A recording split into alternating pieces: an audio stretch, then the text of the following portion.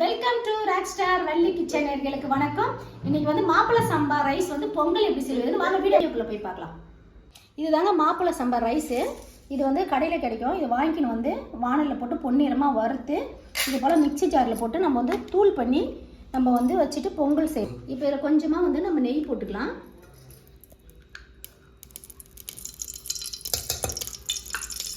நெய் சூடாகட்டும்.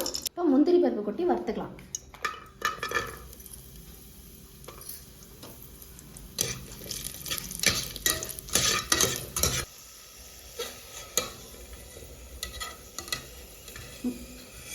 முந்திரி பருப்பு வறந்துச்சு. இப்போ நம்ம வந்து எடுத்துடலாம். எடுத்துட்டு திராட்சை கொட்டிக்கலாம்.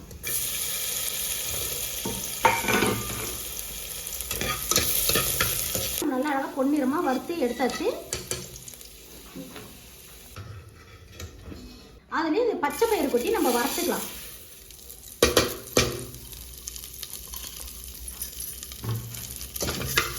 கொஞ்சம் லைட்டாக அந்த பச்சை ஸ்மெல் போகிற வரைக்கும் நம்ம லைட்டாக வறுத்துக்கலாம். இப்போ பாருங்கள், இந்த பச்சை வாசனை போகிற வரைக்கும் அந்த பாசி பருப்பை நல்லா வறுத்தாச்சு. வறுத்துட்டு மாப்பிள சம்பா ரைஸ் வச்சுருக்கோம் பார்த்தீங்களா, பொடி பண்ணி அதை வந்து இதில் கொட்டிக்கலாம். இதில் கொட்டிட்டு இதில் வந்து மொத்தத்துக்கு வந்து 1 டம்ளர் வரும். இப்போ நம்ம வந்து 1க்கு 2 டம்ளர் தண்ணி விட்டுக்கலாம்.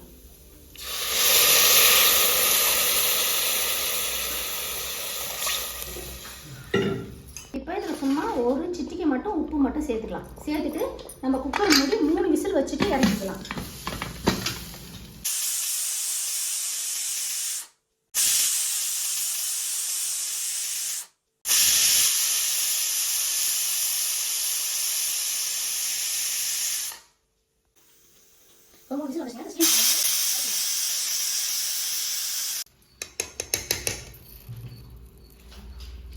இப்போ பாருங்கள், இது வந்து இந்த ஸ்டேஜில் வந்து நம்மளுக்கு வெந்து வந்துடும்.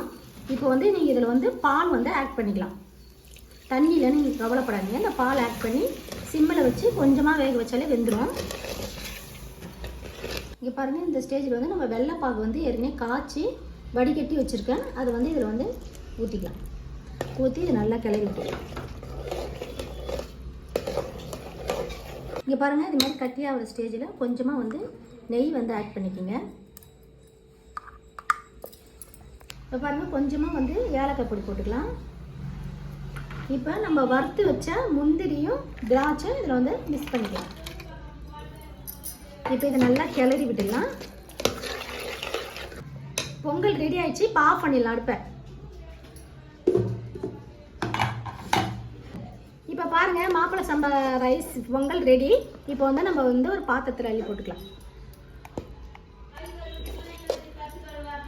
இப்போ பாருங்கள், மாப்பிள சம்பா அரிசி பொங்கல் ரெடி.